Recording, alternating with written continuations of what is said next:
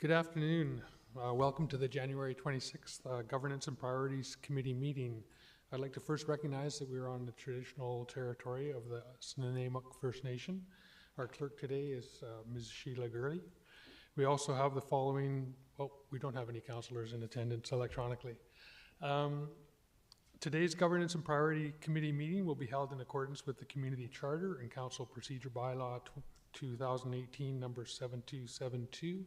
If during the meeting any members of the gallery has a question on a matter that was considered by the committee today, please sign up on the sheet located on the table by the double doors to my left. Please note that the Council Procedure Bylaw states questions will only be taken on staff reports or other business items. I'm not going to go through the regular preamble here because we don't have very many folks in the audience except for staff. So we'll just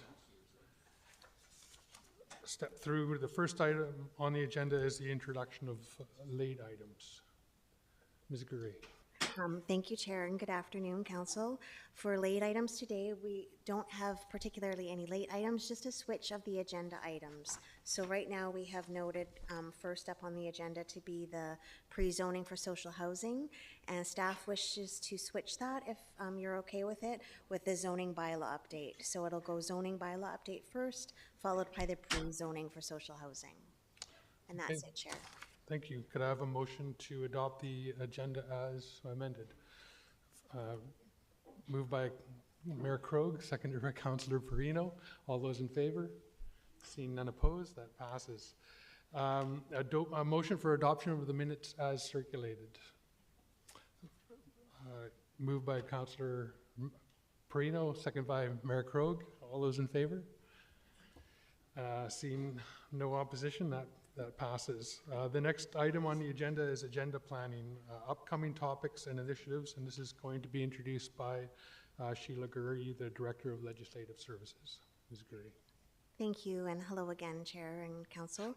So the GPC upcoming topics and initiatives is in your agenda package, and it's looking at future topics that have been approved for GPC by you all, and tentative topics that we will be looking for a motion should you approve them coming forward.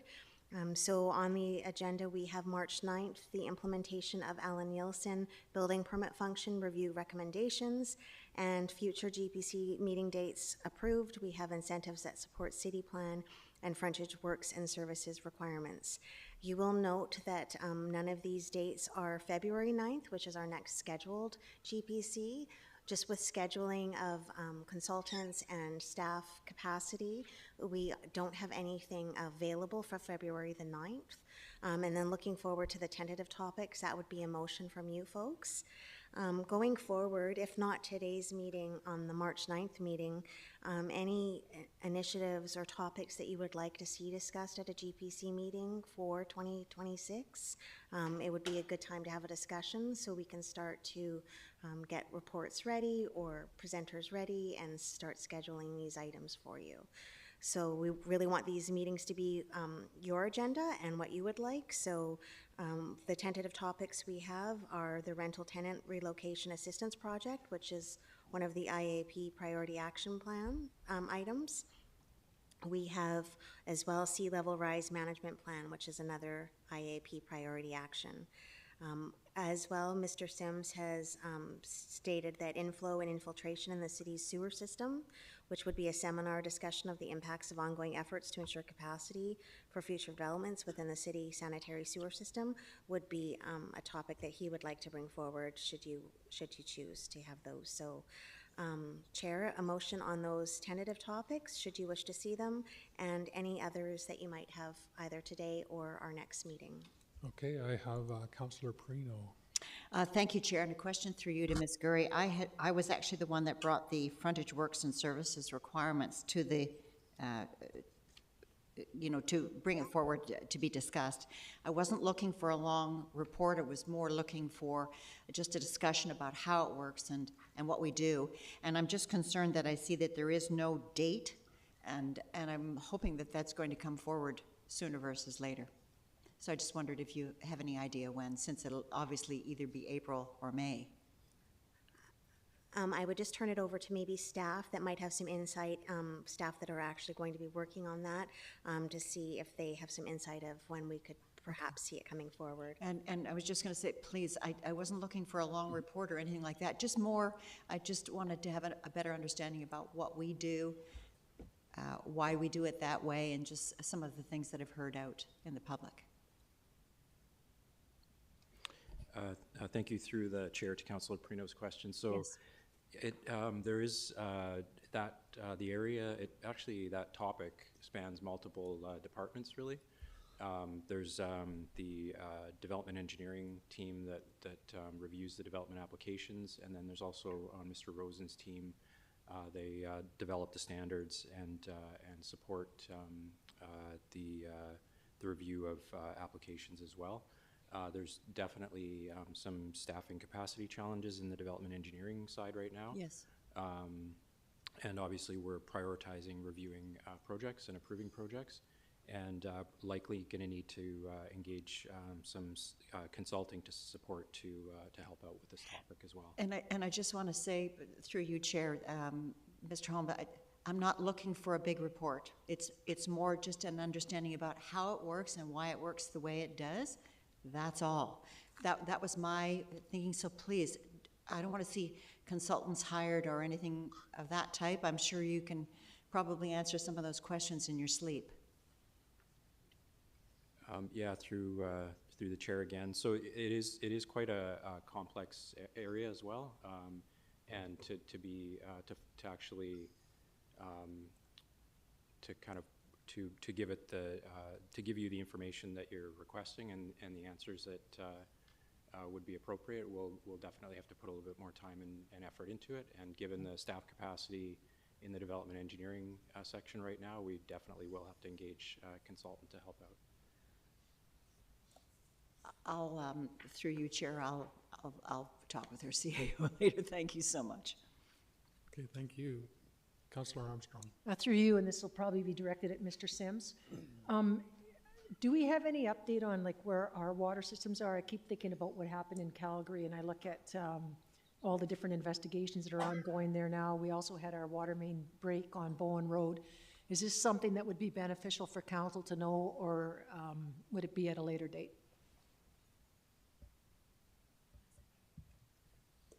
Can you, I think you're live, yeah? am I on? No. Yeah. No, it's not on. There I am. I see I have 5 minutes to speak. To the chair, to Councillor Armstrong. Just briefly, we'd be happy to give an update on the water system's resilient at any time. And if that's a GPC topic that we could bring forward, we'd happily do that. And do you have the staff capacity at this time for a future date, or should we wait for a longer period of time? Sorry. Staff capacity, for if we were to ask for that at a GPC, do you have the staff capacity to do that? Yes, I would say within the time horizon of the GPC meetings, like in the spring, would be straightforward. Thank you. So when the time comes, I'd like to put that down as a topic of interest for me. Okay. So Chair, just for the clarity on the topic, it would be the resiliency efforts of the water supply system, correct? Yes, that'd be great. Thank you, Mr. Sims. Sort of a status update on asset management for the water supply. Okay, any other questions or comments? Get that, Sheila. Seeing none, then we can pass Chair, if the- we could just have a motion on those tentative topics, if you're okay with those ones that are noted under tentative topics, and then as well as the addition from Councillor Armstrong. Okay, Could I have a motion for those? I'll make the motion. moved by Councillor Armstrong, second by Councillor Thorpe. All those in favor? Seeing none opposed, that passes. The next item is under city plan, the zoning bylaw update. And this is going to be introduced by Jeremy Holm, the Director of Planning and Development. Mr. Holm. Thank you, Chair. I'll just say just a very few words, and then I'll turn it over to Mr. Horn, Caleb Horn, planner two in Ms. Rowett's section. They're leading this project, and so yeah, that team is leading this project. Obviously, this is an important item coming out of City Plan implementation through review of an update of the zoning bylaw. It was adopted in 2011. All the information's in the report there, and Mr. Horn will we'll give you an overview. This project was somewhat delayed, has been delayed somewhat by having to adjust to some of the provincial legislative changes and some of the tools and guidance and information that's come out of the province recently. There's some background work that's been done. I think it's really informative, that's presented in the report here, and Mr. Horn will speak to that, as well as sort of key direction that we're proposing, the staff are proposing with the zoning bylaw update and tentative schedule. So happy to turn it over to Mr. Horn, and as well, staff are here to answer questions if you have any. Thank you. Thank you, Mr. Holm. Mr. Horn, please. Thank you. Good afternoon, Chair and Council. So yes, it's been 1 year since we last discussed the zoning bylaw update. So this is an update on the update, if you will.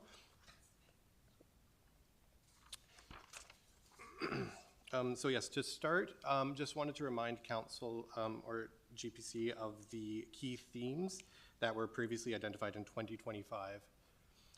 These include alignment with city plan. As Mr. Holm mentioned, this aligns with the integrated action plan priority action to update the zoning bylaw to be consistent with city plan.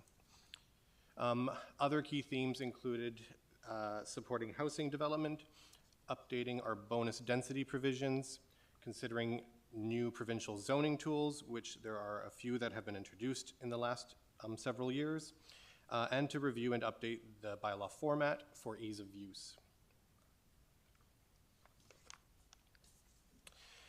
Over the last year, we have conducted background research. So you will have seen that there are 3 reports attached to the staff report to GPC today. Those include financial feasibility analysis, architectural modeling, as well as an analysis of best practices and trends. We do have Justin Barrere from Urban Systems available via Zoom to answer any questions about the financial feasibility analysis, should GPC have any questions for Justin.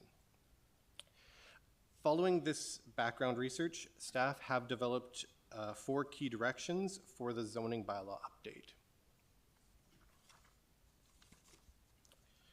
You will note that these directions are based on the previous key themes, but they have been revised after having conducted a lot of that background research.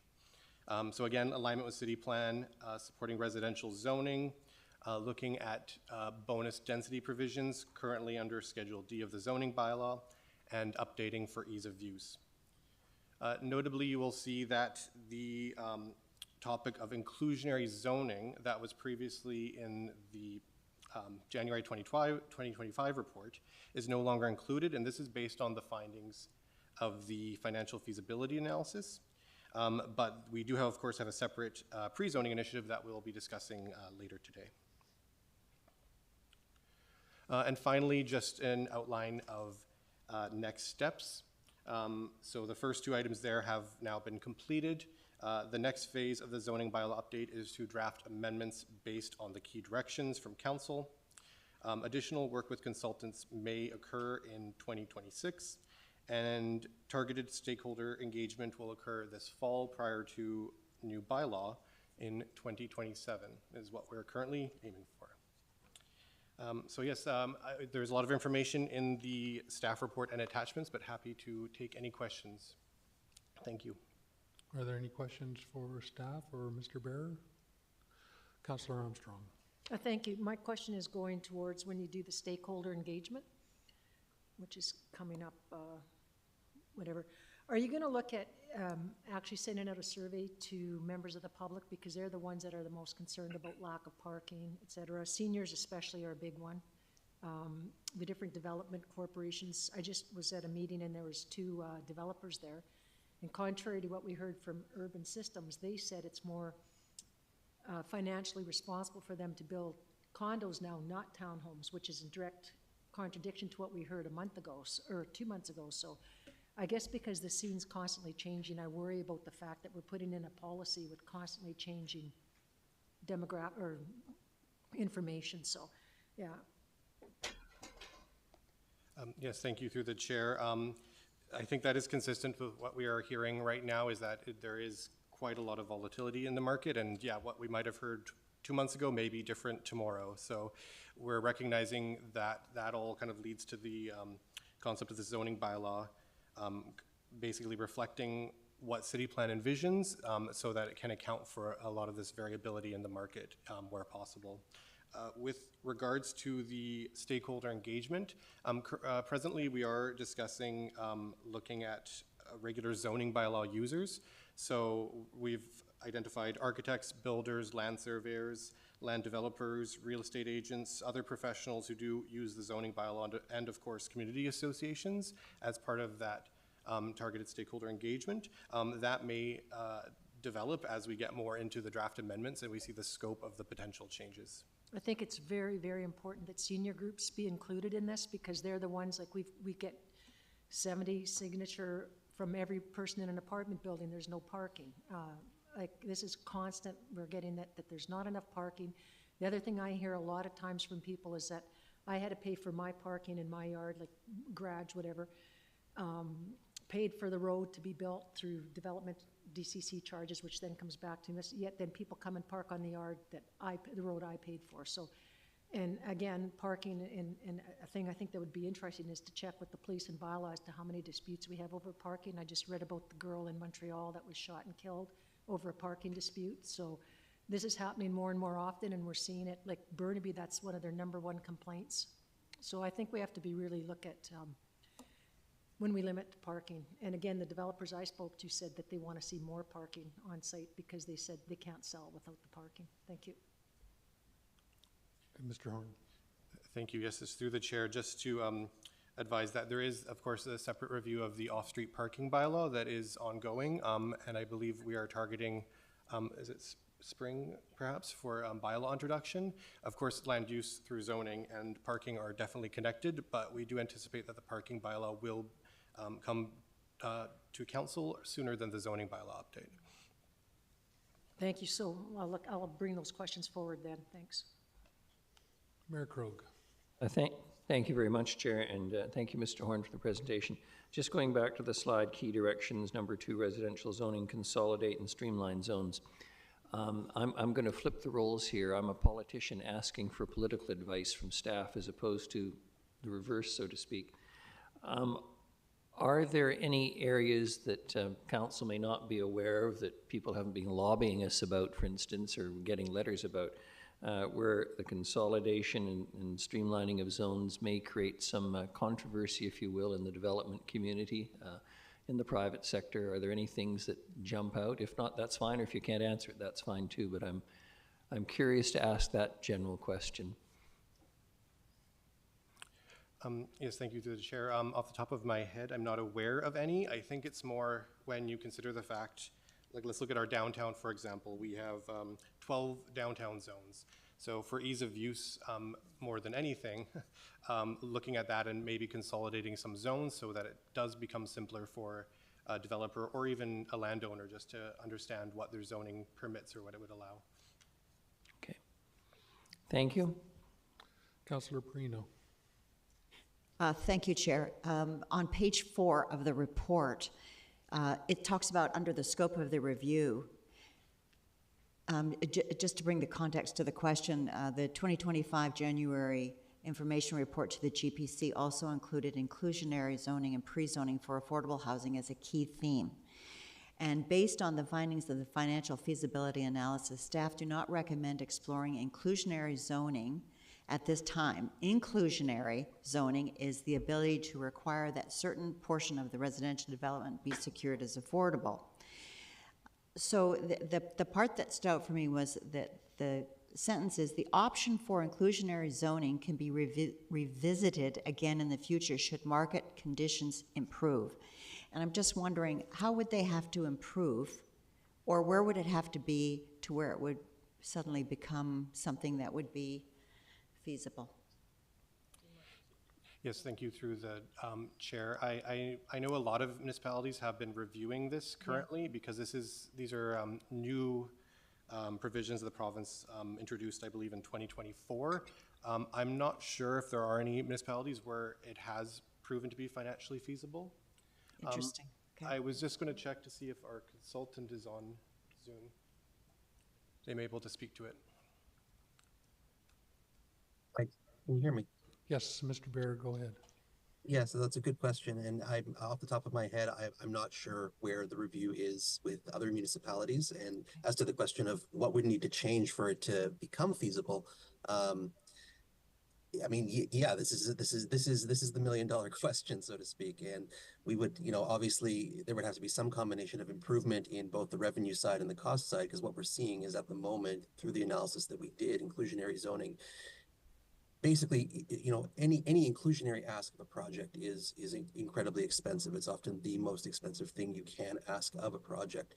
So there would have to be some movement in market conditions, both probably some combination of stabilized cost conditions and a return to a little bit more of an uptick on the revenue side. And what combination of those conditions may or may not emerge in the next few years, this is the crystal ball that I wish we had. Yeah. But I know a lot of municipalities who, even places like the city of Vancouver, in their Broadway plan, where they were making quite aggressive moves into inclusionary, they're now having to dial that back just to acknowledge the economic realities that we're working in. And I know that the economic conditions in Nanaimo, it's not unique to Nanaimo that things are a little slow. In fact, I think if you look at the economic conditions for development in Nanaimo, they're probably a little bit stronger there than they are in many other markets that we're working in. But the degree to which things would have to move before inclusionary becomes viable, that's a question for future analysis, I'm afraid. That's some aspects would have to change. Because I just sit here and think, okay, so what can we do at this table to make it easier to, and that for me is the $1 million question, right? That's the. It is, and often there's also the question of trade-offs. Like, even if you have strong economic conditions and there is financial capacity in a project to absorb inclusionary housing, there is a limited amount of financial capacity, which we are asking to do a number of things. One may be inclusionary, another may be amenities, a third may be, like in-kind amenities versus ACCs. It's all coming from that same bucket of resources, so to speak. So then it becomes a question of trade-offs. How do we want to allocate this financial capacity? Yeah. And right now, there simply is not a lot of financial capacity to begin with. Yeah, tough. Thank you so much. It's tough. Yeah, my pleasure. Thank you, Councillor Thorpe. Thank you, Chair. If I may, through you, to Mr. Horn, thank you very much. I just had a question or a comment regarding next steps and the timeline that you indicate, which is tentative, partially due to staff capacity issues, which I totally understand. But I also note the timeline goes into, January, a year from now of 2027, by which time, after the stakeholder engagement, there'll be possibly different people sitting at this council table. So I'm hoping that staff at that point would be coming back with a fulsome review of this project and getting the input of the new council at that time and giving them the benefit of the research that's been done. Is that a question or a statement? I guess I'll put it in the form of a question. Will staff be returning next January to give an update to the new council? And if not, will you please consider that? Thank you, through the Chair. Yeah, I think that's a reasonable request, absolutely. And prior to introducing a new bylaw, we would want to give that fulsome understanding so that the council at the time will have an understanding of what they're considering. So Thank we'll you. mark that And I understand that the timeline may have changed by that point too, so that would be good information to know. Thank you. Thank you. Thank you. I have a couple of questions myself. First of all, thank you for the report, and I'm really looking forward to the updated website and the ease of use for going through bylaw 4500, because as it stands now, searching that document is a lot of fun and a bit of a challenge, and you end up doing it for folks to help guide them through. My question is about attachment B and the looking at the duplexes, the zone R5 and then R6, and noting that it seems that there's, with a typical size lot, there's not enough land to meet the needs for the height restrictions, the setbacks, the parking, etc. So I'm just curious, this has been mandated by the province that we step to R5 and have duplexes or fourplexes on typical size lots. I can't imagine if it's problematic for a typical size lot that we would have an easy time with a minimum size lot. What do we do about this challenge? Yes, thank you through the chair. That is definitely one of the things that we intend to review further. This exercise was interesting because it was an out-of-town architect who helped develop these architectural models, and they do reinforce a lot of what we have heard and experienced with local developers. So we recognize on our typical sized lots that there are difficulties in meeting things like parking requirements while also achieving goals of tree retention or desired density. So it's about a balance of those trade-offs. And I know, as I mentioned earlier, there's also the review of the parking bylaws. So we're hoping that will help with some aspects, but there's still further work to be done through the zoning bylaw. And at this point, I can't speak to what that may look like in the zoning regulations. Okay, thank you. I'd also just note that the financial feasibility analysis was very interesting. There's a lot of things that are beyond the control of municipalities in terms of getting things built. There's no further questions. Is there a motion to receive this? Yeah, motion that the Government Priority Committee recommend that council direct staff to prepare a bylaw. Does somebody want to make the recommended motion? Moved by Councillor Perino. Both? Yeah, we could do them together, I think. So seconder? Councillor Thorpe, all those in favor? Seeing none opposed, that motion passes. Thank you to staff. We'll move on now to the next item, which is pre-zoning for social housing. This is going to be introduced by Jeremy Holm, again, the Director of Planning and Development. Mr. Holm. Great, thank you, Chair. Again, just a few words from me, and then I'll turn it over to the team, Ms. Brinkman and Ms. Began, who are overseeing this project. And this, as you heard, as committee heard through the previous zoning bylaw update, this is actually a project that was at one point considered to be included with the zoning bylaw update. It does respond to a specific city plan, integrated action plan priority item that looks at supporting affordable housing in, or what we can do to remove barriers to affordable housing in urban center designation and corridor designated areas. And so what's happened here is we've actually, this project's been separated out from the general zoning bylaw update to try and get it adopted or considered for adoption or approval by council earlier, so that we can at least remove a barrier and hopefully incentivize some non-market or social housing. We'll explain what's proposed here, but to try and remove that barrier earlier and try and see if we can help incentivize some social housing in urban center and corridor designated land. So happy to take questions, and you'll hear a summary from Ms. Began. Thanks. Thank you, Ms. Began. Good afternoon, everybody.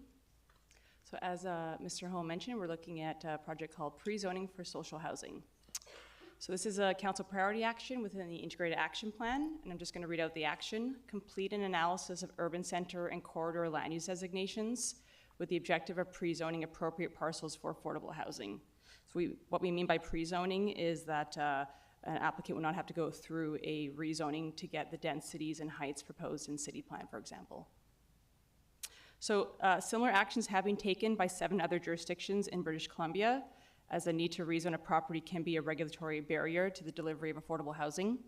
The reason being is affordable housing projects rely on external government funding to be viable, and the time and cost to proceed through rezoning can impact the viability of a project.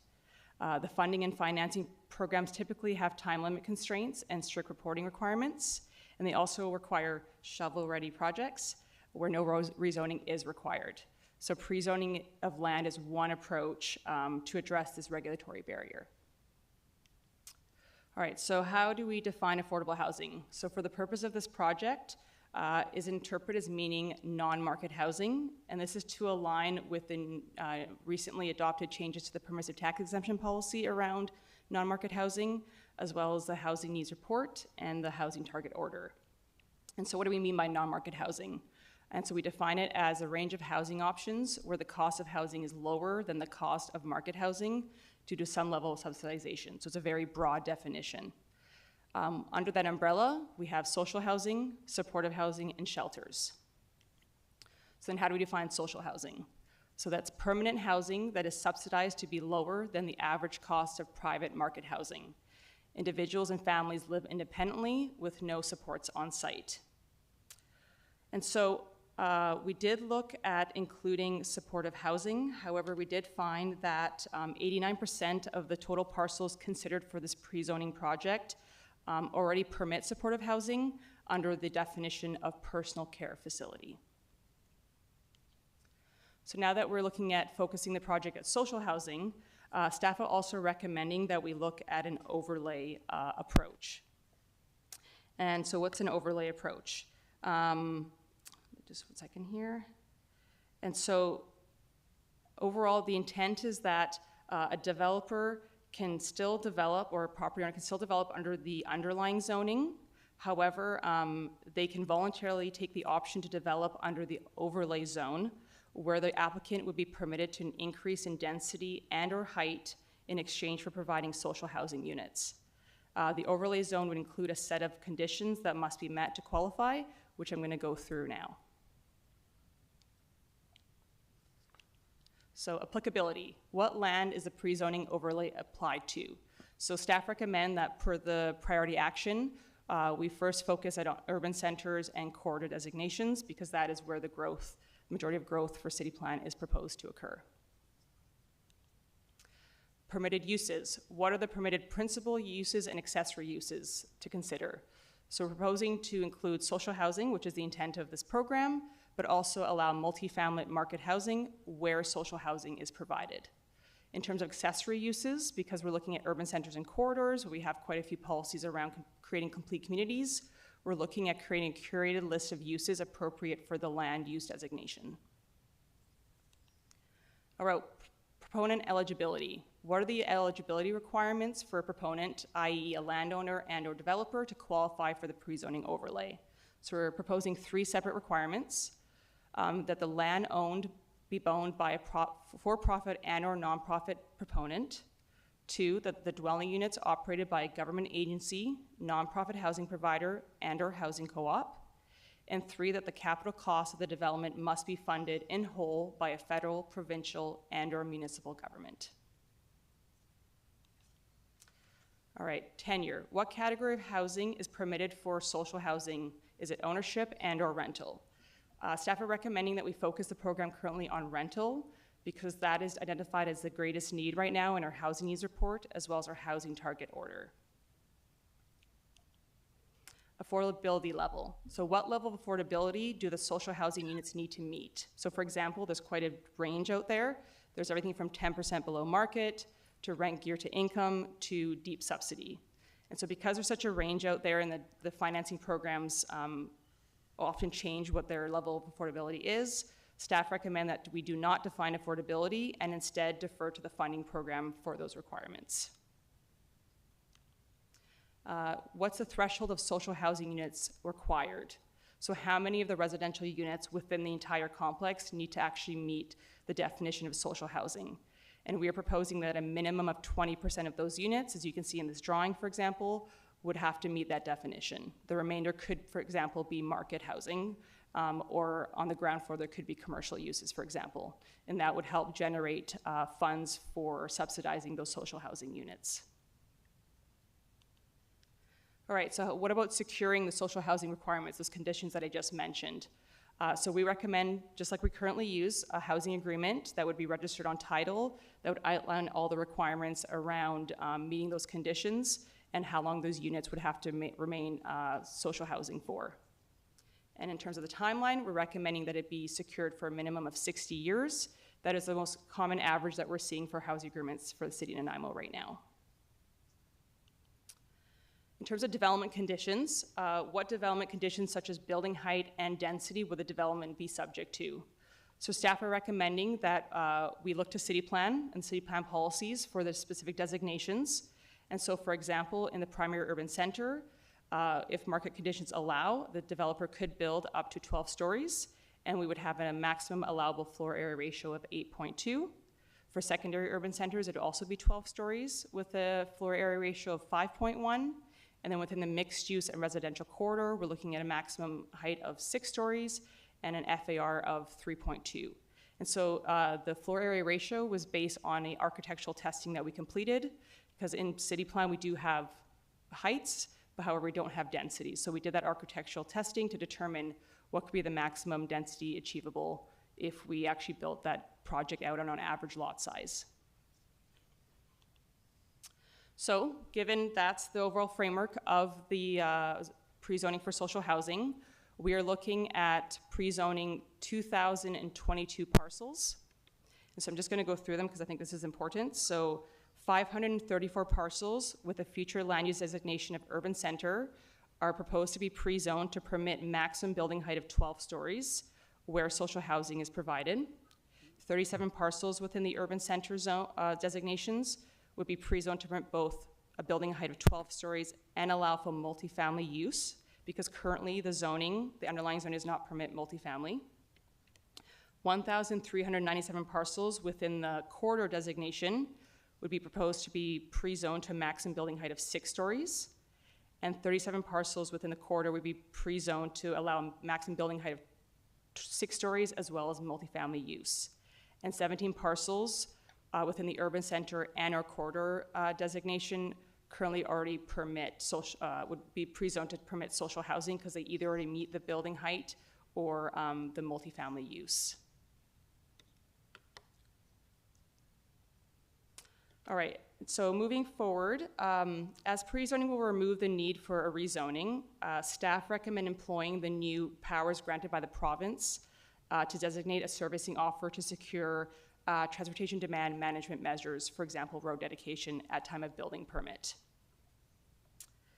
And where the additional information is warranted on the anticipated impact of a proposed development, the city will employ the development approval information bylaw that currently exists at time of development permit, if additional information is required. In terms of community engagement and communication strategy, we're proposing to engage on this draft framework with the following: the general community, likely through a survey, nonprofit housing organizations, nonprofit housing cooperatives, government agencies and development community, because they are the experts. We want to hear from them based on this proposal. What do you think? And we also want to get communication tools out there. So we'll have a project page that currently exists, e-notifications, a media release, social media, information sessions, likely with those partners, and then newspaper ads and an FAQ page, which we've seen in other jurisdictions that have been very helpful for answering any questions the public may have around this somewhat complex proposal. And that timeline for engagement would be looking at February of 2026, so next month, if council supports us moving forward. And so that's in terms of next steps, looking at engagement in 2026, and then potentially bylaw introduction in the spring of 2026. Thank you, and I'm happy to take any questions. Thank you. First up, we have Councillor Gasselbrock. Great, thanks, Chair, through you. Thanks for this is great. One question was just on the requirements to qualify for the social housing zoning. The last one in particularly was funder. And I guess my question is that so that the definition of what affordable will get applied, because it'll be the funder that determines this is the affordability. And I guess it says that it has to be government agencies, and I guess that provides a safeguard that there'll be some definition of affordability.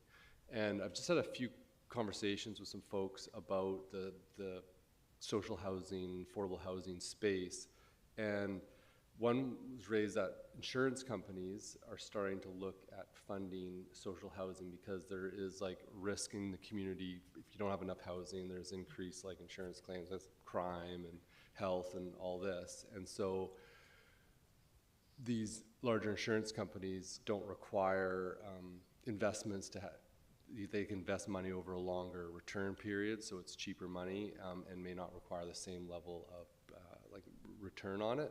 And so I guess my concern was with this definition, we could be excluding some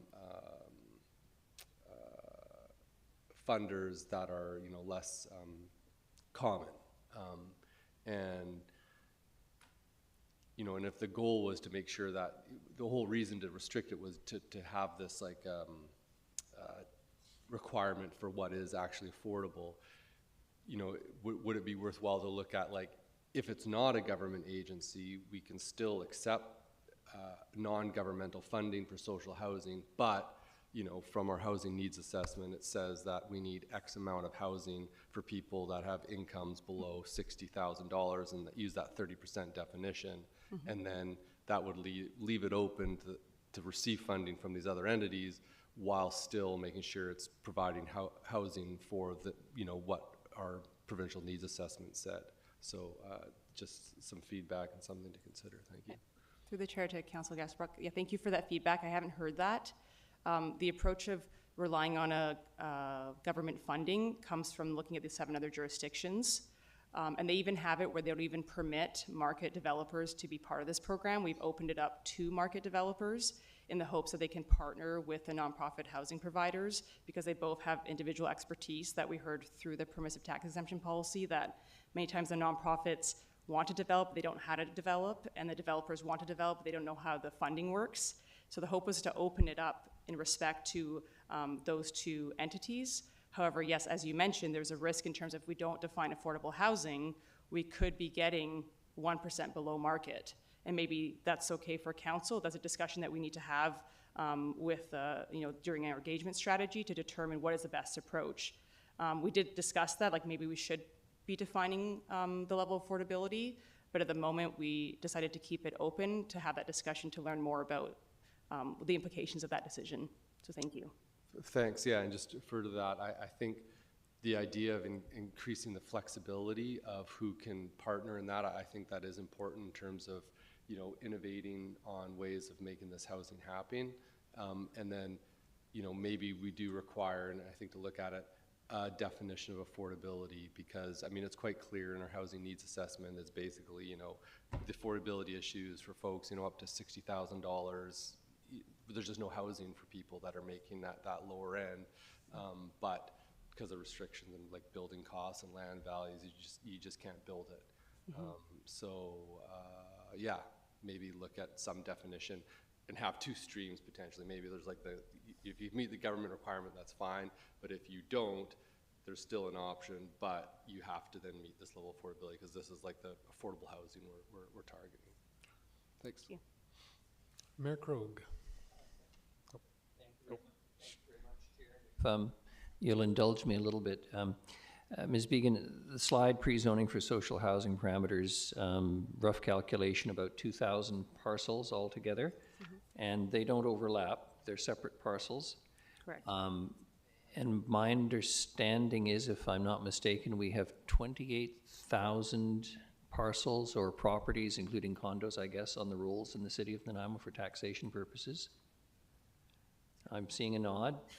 So allowing for the fact that condos sort of throw this number off, we're talking roughly then about 7% of the potential parcels would be designated for social housing. And obviously some of it's going to be fairly concentrated. Is that enough? So through the chair. And the reason I raise this is, I mean, I think we've all heard the statistics. What is it? Vienna, 60 or 70% of the housing in Vienna is state-owned or sponsored otherwise, et cetera. The estimate we should have, I think, nationally is 30% of our housing should be subsidized or in some way handled by the state so that people can afford it. So see where I'm going with this question. Pardon the ramble. Through the chair to Mayor Krog. Yes, we originally did look at including the entire city, being aware that the urban centers and corridors, you know, only apply to a certain percentage of the city. I will say that when we did speak with other jurisdictions, with my colleague here, Hannah Groot, the more flexible you are, the more complex the regulations are. And so we actually found the regulations quite confusing, and so we tried our best to keep it simple. We found it's better to start with a pilot where we test it out in our urban centers and corridors, and if it's successful, we can then expand it further, because we're looking at different development types when we're looking into the neighborhood and suburban neighborhood designations. So it is something that we could look at in the future. It just means the regulations will likely have to be a bit more complex to apply to so many, such a range of housing forms. Thank you, and if I may, one other question about this, and just to be clear for the public who's hopefully listening, what we're saying with this is that this is a blanket area, and this is an option, if you will, open to anyone, private, not-for-profit, to develop social housing on the site, in addition to the existing zone, which allows a private developer to throw up a 20-story building or whatever. In other words, it's a bonus. I'm just wondering, any experience or any comment about the impact that might have on the price of real estate vis-a-vis not-for-profits, governments acquiring land over time? I'm musing here, so I'm looking for help if you've got any comment.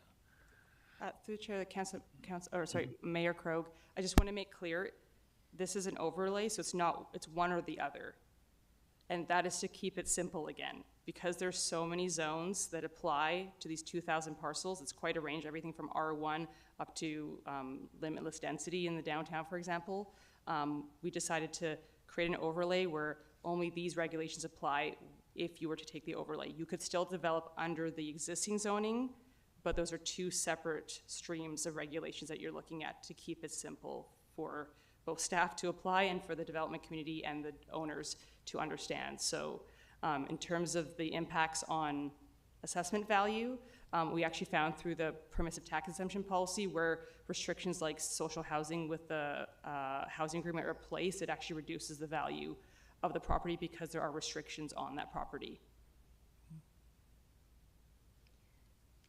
Ms. Brinkman, did you want to Sure, add to that? thank you. And to add to, often the BC Assessment Authority have the ability to use city plan land use designations to determine assessment, not necessarily the zoning. So especially in Nanaimo where it's quite, supportive to reach the city plan land use designation densities.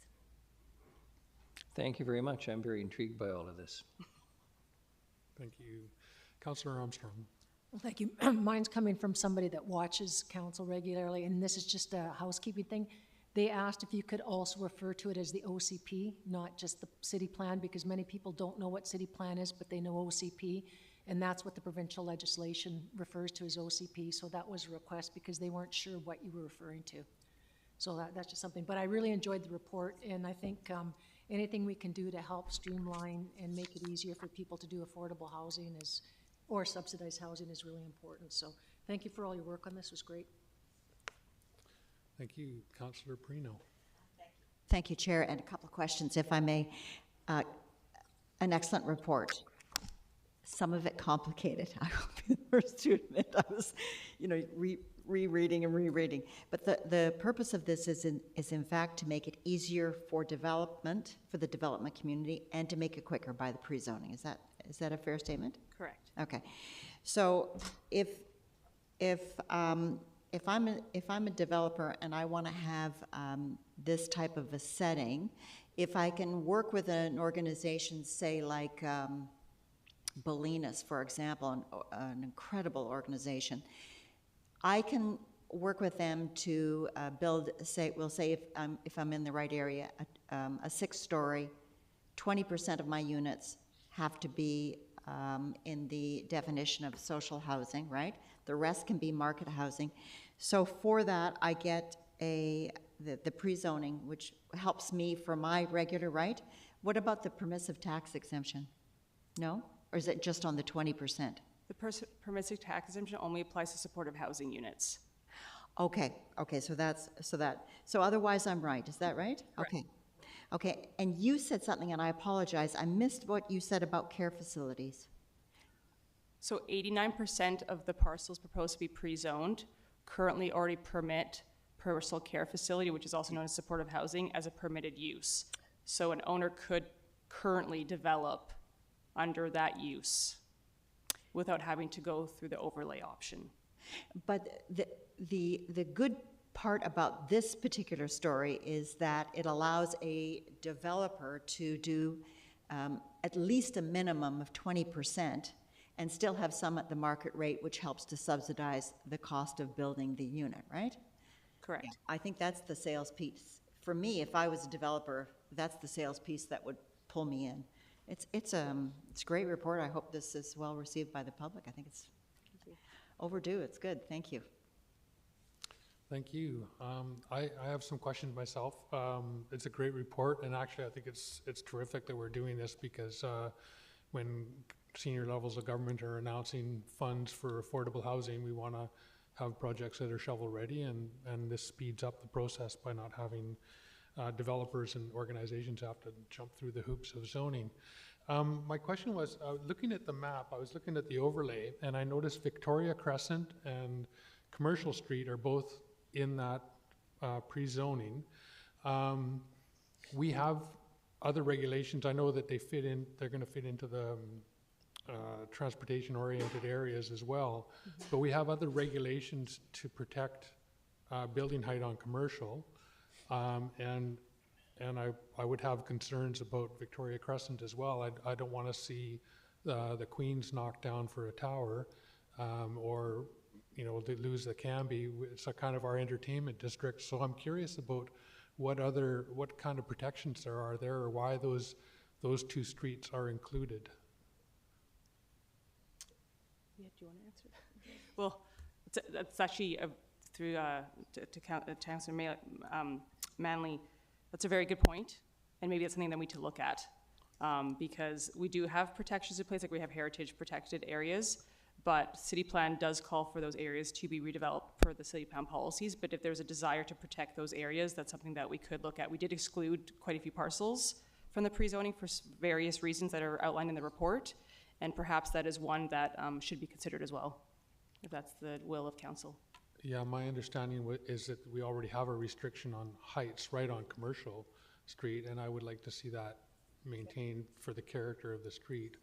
And similarly for Victoria Crescent. I think those are both kind of important areas in our downtown core, where we still have the character of the community from 100 years ago.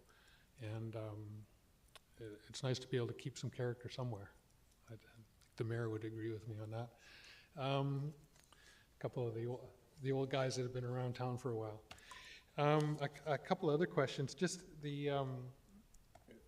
about the difference between the social housing, and then there was a second layer that had social housing and multifamily. So why the differentiation between those two? Could not multifamily housing be going into all these zones as well, or? To Councillor Manley, that's correct. So many jurisdictions only allow social housing. They do not allow market housing. And so we wanted to provide more flexibility to allow for the subsidization of the social housing units by allowing multifamily. So we had to very clearly define social housing and then make it very clear that we still also allow multifamily housing, which is really market housing, but only where social housing is provided. Right. So just making that zoning regulation very clear. So they would be pre-zoned as well to include multifamily. And many of them already do. Right. So that list that I did list, the majority do already permit multifamily. There's only a very small percentage that doesn't currently permit multifamily. But city plan does call for multifamily through the policies. And then noticing that many of those locations are schools or faith-based, or land owned by faith-based organizations. Is that kind of one of the, that's a particular target area or something, or just the way the zoning lands for those lands? It's the way the zoning lands, or the designation lands. However, there is benefit to partnering with those organizations because they do tend to have larger areas of land. So we did include most of them, as long as they weren't beyond 2.5 hectares in size, as part of the pre-zoning overlay. Because we've seen some of those, for example, in Estevan, we've seen a great partnership between building non-market housing and then having a church facility there. Okay. And then just lastly, I noticed that Victoria, they had 100% social housing, and it had to meet the 30% threshold. And they've gotten a number of, it looked like they had more units built than any of the other municipalities that were on the list. So I'm just curious why we haven't gone for a target like that. In particular, because I see places that were touted as being affordable, like the buildings that went up on Third, they were advertised as BC Housing is building affordable housing, but they're only 20% below market, which is not affordable for most people. So, yeah, when I looked at Vancouver, it said it had to be a minimum of 20% below market, but 20% below market in Vancouver is not affordable for the vast majority of people. So I'm curious about why we haven't set a target like that. And that I get it that senior levels of government are setting some of these parameters, and I don't think some of those parameters aren't really creating affordable housing. They are it's a slightly subsidized rate, but. Yeah, that's a really great question. So if I look at the jurisdictional review, we actually found that the jurisdictions that had the most restrictive requirements of 100% almost saw no development occur. Okay. So Victoria is the longest running program, so maybe in the past 100% was viable, but speaking to them now, not even BC Housing can build 100% non-market housing units at the moment. The market just simply isn't there. The jurisdiction like Saanich, that was the most flexible, they saw the most uptake. The more restrictive you are, and especially in terms of your definition of affordable housing, the less successful the program was, because these funding programs are constantly changing. So if you're very restrictive in how you define your program, it may work for that 1 year, but if the funding program changes next year, you're having to amend your regulations again. So our recommendation was to be a bit more flexible as opposed to being more restrictive. And we're thinking that 20% may be the right level of affordability based on the market right now. Okay, thank you. Yeah, it's good to know that Victoria's that's the reason why is because they've been doing this the longest. Okay, thank you. Are there any other questions from council? We have a recommended motion moved by Mayor Krog, seconded by Councillor Perino. Do we have a recommended motion on this? Okay, we do. And all those in favor? Seeing none opposed, that passes. Yeah, it's switching stuff around in my agenda. So that leaves us to question period. Unless staff have questions. Okay, motion for adjournment. Moved by Mayor Krog, seconded by Councillor Brown. All those